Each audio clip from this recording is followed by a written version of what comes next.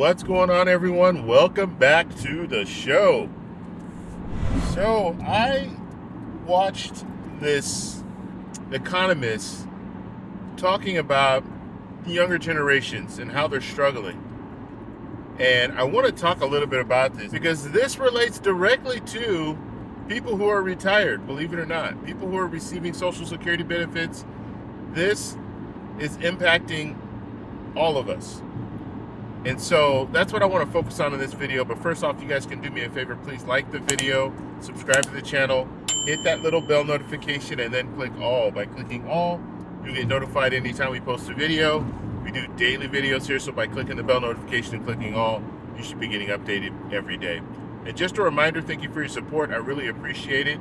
And join our membership. Become part of our family. It does help support the channel. Okay, so let's talk a little bit about this. I want to show you this clip first, and then we'll come back, and I want to talk a little bit about why I think this is important for us all to be paying attention to. For the first time in our nation's history, a 30-year-old man or woman isn't doing as well as his or her parents were at 30. That is the social compact breaking down. People aged 30 to 34, 60% of them in 1990 had one child. Now it's 27%. People are opting out of America. They're not optimistic about it. They're not having kids. Young people aren't having sex. They're not meeting. They're not mating. The pool of emotionally and economically viable men shrinks every day, which lessens household formation. So we have a real issue. Young people are enraged. So it turns every cut, every movement into an opportunistic infection because, quite frankly, they are just pissed off. They look up, they see wealth, exceptional wealth across my generation and people in certain industries, and they are really struggling. Their purchasing power is going down, and the incumbents create artificial scarcity on campus. We take pride in rejecting 90% of our applicants, so the incumbents who already have a degree see their degree go up in value. We get very concerned with housing and traffic once we own the housing. Housing permits are sequestered from young people. Housing prices have gone from $290 to $420 in the last 4 years. So a young person, a house, stocks that I don't own skyrocket in value. Let's have COVID relief and flush the markets and take assets way up, because if 1 million people dying would be bad, it would be tragic if I got less wealthy. And we're doing it on their credit card. Young people have every reason to be enraged, and every issue they see, they look up, they get angry, and they see someone doing better than them, and then every day it is speedballed in their face that they are failing, that they are not doing as well as everyone around them. We have lost the script. Our kids are more anxious and more depressed and more obese and more addicted, and we have made a purposeful decision to let this happen by ensuring the people around this table stay wealthy at the cost of young people. Okay, so there you saw the economist. He had a lot to say. I want to focus on one aspect of what he was talking about. So he was talking about birth rates. He was talking about younger people are struggling and they're not having sex and, not getting into relationships. And what I think we need to really pay attention to is the fact that we have lower birth rates than we did back in years ago, 70s, 80s. And because of that, we have a shrinking workforce. And it's not just because of that. There's some other reasons why we have a shrinking workforce, AI, robots, things like that. But it's now said that for every person receiving Social Security benefits, there are about 3 people working. Now, if you go back years to when Social Security first started, it was like 42 people working for every one Social Security beneficiary. And so you can see back then things were fine because everyone is contributing. You're paying into that payroll contribution. That money is going to people who are currently receiving benefits.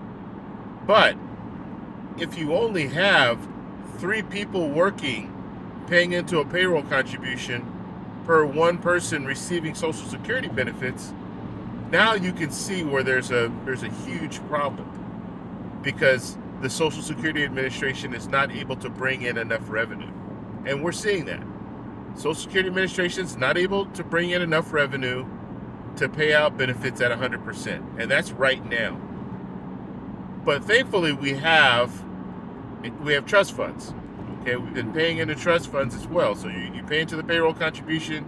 And in the past, when you had a lot of people in the workforce, for every one person receiving Social Security benefits, there was money left over. And with that money, they invested that in bonds. And so we built up a trust fund. And so now the problem is that we're drawing on that trust fund because we don't have enough people in the workforce paying into the payroll contribution to pay out Social Security benefits at 100%. And so where do we go from here? We see that people are struggling. Mainly younger people are struggling. They can't buy houses. They can't they can't break that ceiling when it comes to becoming wealthy because of the way our system is set up. So yes, you have people who are older like me who own a house and things like that. We have huge tax write-offs you can get from owning a house, owning businesses and things like that. But if you're working, even if you're making six figures, if you're working, you're paying a lot in taxes. Where if you own a house or you own different properties, you own a business, you're able to you have a lot of tax write-offs. And so I think one thing that we need to focus on is younger people, if they are struggling, they're not going to be looking to start families. Because if you're living paycheck to paycheck, you're probably not going to want to start a family. And so we're moving away from that. And that's going to be a huge problem for people receiving Social Security benefits in the future. And like I said, we're already seeing it now, but it's only going to get worse. I think they were saying in 2050, you'll have 2 people working for every 1 person receiving Social Security benefits. And so you see, it's just continuing to go down. And if we keep going at this pace, it's going to be 1 person working for every 1 person receiving Social Security benefits. And so obviously they need to reform Social Security. We've talked about this. I talk about this a lot on the channel. And we also need to make changes when it comes to younger Americans. And we need to encourage younger Americans to start families. We also need to reform immigration. That's another thing that we can do. Because if you reform immigration, you have people coming to this country that are able and willing to work, and they can help pay into the payroll contribution as well because they're at working age. Even if we were to start today and say, okay, we're really going to promote having families, it's still going to take some time because those kids are going to have to get older. And so it could be 18, 20 years down the road where we'll see the benefits of increasing our birth rates. But that takes time. Immigration reform can happen overnight, realistically. Because if you get to the point where you start allowing people to legally come into this country and work and pay into the payroll contribution, well, that will benefit people who are retired right now, as well as Gen Xers like me, who in 10 years are going to start looking at the possibility of collecting Social Security benefits. And so I just wanted to put this video out, and I haven't done a video on the car in a long time. My eyes are on the road. They've been on the road the whole time. So, but this is a huge change in the way that things used to be.